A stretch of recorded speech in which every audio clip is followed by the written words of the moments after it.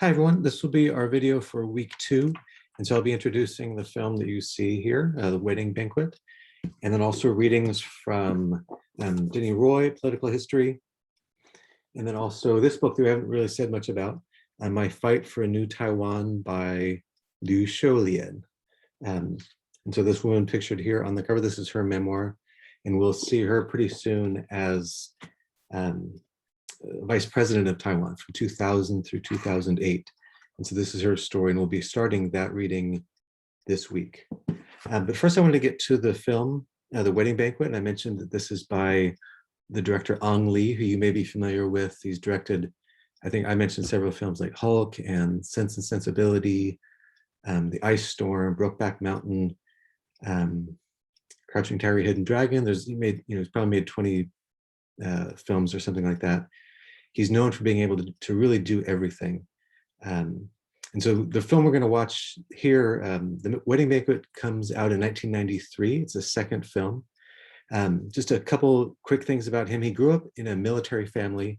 And so his family is what we were referring to as the mainlanders. So people who came from the mainland to Taiwan in the late 40s at the end of World War II. And so he grew up in a military village, they call it a military village, or like a military housing complex in southeastern Taiwan. He's able to go to really prestigious art school in Taiwan, served in the military, and then went to the University of Illinois for a bachelor's degree in theater, and then Master's of Fine Arts at NYU in film. And so one of the reviews of this film, The Wedding Banquet, calls it a comedy of misunderstandings and deceptions. And so we'll definitely, as we were saying, it's a really tight plot. And so I think one thing about the movie that will be really interesting is how all these deceptions kind of combine to make the story work. And so I think he's really good at those kinds of stories in these kinds of films. But there's a lot of other content here that we want to grapple with as well. So the themes of family, and especially the issues that gay men face in the idea of a Chinese family or a Taiwanese family. And even putting it that way is kind of hinting that his take on Chinese or Taiwanese seems to be pretty fluid. So we'll be thinking about that as well. But we'll definitely, the film is definitely about the issues of family and the obligations, family obligations that children have, and grown children, but especially men, and especially gay men. The importance of children. And so it's going to add up to a really interesting discussion, I think, of how in Taiwan society in the 1990s, how people looked at gay men in particular.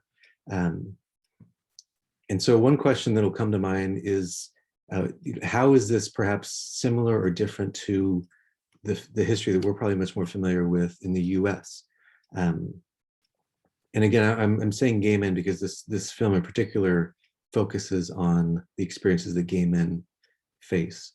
But I think that we'd be able to make some interesting critiques and some comparisons between the society that we know and the different kind of social pressures that gay men have faced in our country, and especially in the 90s, as a comparison. And then the way it works out in this story. One thing I'm really interested in also is how Taiwan is represented. This film takes place almost entirely in the US. And so this character here is from Taiwan, but he's living in the US. This is this guy here is his partner, but for reasons that we'll see, he ends up in this situation with this woman here. Who plays a woman from China. And so it'll be really interesting to try to figure out how Taiwan is represented here in this film that takes place in the US. What does Lee do that's showing us the way that Taiwan works, or the way that Chinese culture works? It'll be interesting to see what the differences are that he's representing between people from Taiwan and people from China. And I think as he would put them, Chinese people from Taiwan and Chinese people from China. And we can talk more about those distinctions. Lee makes a cameo, and you'll see him say one thing in the big wedding banquet scene, the very extended wedding banquet scene. He makes a comment to either one white person or a couple of white people that he's sitting behind. And it's clear that this is something that's on his mind, the way that he puts it, and the way that he understands the wedding banquet and all of the festivities at this banquet. So again, that film is made in '93, and we will watch 2 films of Lee's from the '90s, and then we'll go back to a couple of films from the '80s. But again, I thought these 2 films were a good way to enter into the topic. I want to jump now to the readings and just say a little bit about the different readings that are assigned. And if you notice, we haven't really talked about the film write-up assignments, but one big part of that will be making use of the readings to ground your discussions of the films. Sometimes that will be very direct. Some of the readings are literally just short reviews of the films. I think that might be easy enough to do, to use those, but I'm also interested in seeing how you can make use of these other readings that are more historical in writing up your descriptions of these films and how they work historically, and what they represent culturally, and how that relates to the things we're reading about. So the first reading I'm going to mention is from Roy again, the political history, and this chapter. Sorry, I don't have the name here. Where are we? Martial law and Kuomintang domination. So the Kuomintang, or the KMT, is the Nationalist Party. That's the party that rules the ROC as a one-party state, essentially from the 1920s through the 40s in China. And then when they have to leave China, they rule Taiwan as a one-party state, really into the 90s. And so this chapter is mainly about the 1950s. And it brings up some interesting ideas. It definitely looks at the KMT as an authoritarian state that rules under martial law, uses censorship, uses the threat of great violence, towards dissidents. We read about that in the last chapter, 1947, what was called the February 28th incident, and a real just awful summer of violence that took place in 1947. As a way of kind of clearing the scene of dissidents, people who were attached to the Japanese, people who had a lot of elites in society who had some kind of capital that people might be following them. And so the KMT uses the excuse of this riot that takes place in Taipei, as you saw in the reading, to kill something like 10,000 people, who they see as threats of different kinds to the regime in 1947. And then after that time, there's always that threat just kind of hanging over their rule.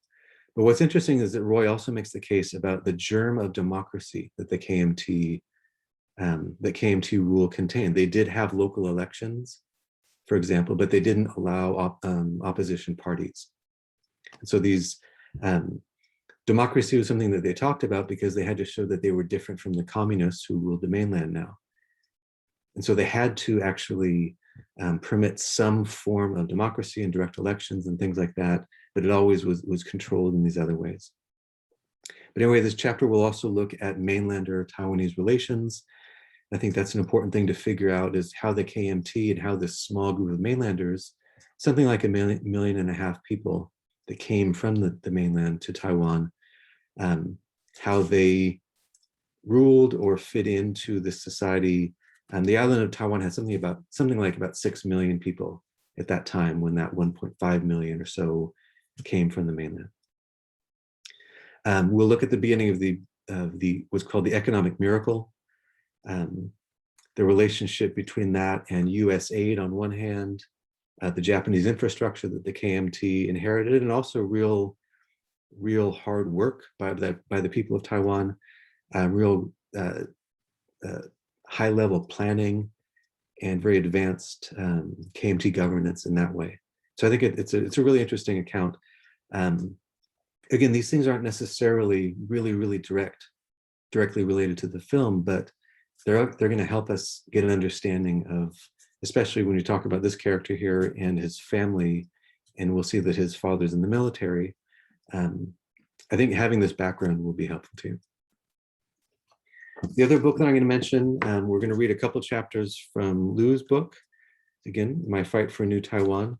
The first chapter is, she kind of starts towards the end of her story with her election as vice president in the year 2000. There's a pretty harsh critique that you see on page 18, I believe, at the end of the first chapter. And she describes 55 years of nationalist, she puts it this way, 55 years of nationalist rule had resulted in environmental degradation, inadequate transportation networks, complacency and nepotism in the bureaucracy, and judiciary emasculated by corruption. And she sees her election to vice president as part of the a movement against those legacies of KMT rule. But chapter 2 is also kind of her backstory as Taiwanese daughter. And so this will be really interesting, I think, to see how especially when we are thinking about some of the themes of this film and the obligations put on men to carry forward the family line. It'll be interesting to see how there's still these spaces in Taiwanese society for women to really reach the very top levels of political power. But it wasn't an easy process. We'll see that she was a very famous political prisoner in the late 70s and into the 80s. Then there's one more article by Scott Simon, and so this is something that's on Canvas. And it's an article from Hidden Kingdom to Rainbow, forget the title, from the Hidden Kingdom to the Rainbow Community, or sorry, yeah, from Hidden Kingdom to Rainbow Community, the making of gay and lesbian identity in Taiwan. And so he wrote that article, or the article was published in 2004, but it's based on research that took place, or that he did in Taiwan in the mid to late 90s. So pretty much essentially when this film is being made. And so he's looking at some of these same questions of what is it about the Chinese or Taiwanese views of family and obligation that makes life hard for gay men. He looks some at the differences between the American and Taiwanese cases. He looks at ideas of space and how gay men were able to find spaces to express themselves and to have private relationships, even in a society where these things were frowned upon for certain kinds of reasons that I think we'll get to see are somewhat different from the way that it's worked in our society. And just finally, some background. At the time that this film takes place, gay marriage is not a reality in the US or Taiwan, obviously. But same-sex marriage starts to happen here and there in Taiwan in the 2000s, and then really starts to become a much more common thing in the 2010s. And there's a backlash against it in the mid 2010s or so. But then it's finally, it is legalized in May of 2019. And so Taiwan's the first country in Asia to have legalized same-sex marriage. And so this is something that we'll also continue to look at as part of the progressive politics. I think I've tried to make a case for, but we'll also be seeing how they develop and how it's not the case that those have always been there. That a lot of changes have happened from the time of authoritarian rule, say in the 80s. This film was made in 93, so it's just as Taiwan is starting to emerge from that into a truly democratic era. But again, those are some basic ideas again about the film and the readings, and hope you enjoy the film, and I will see you all soon. All right.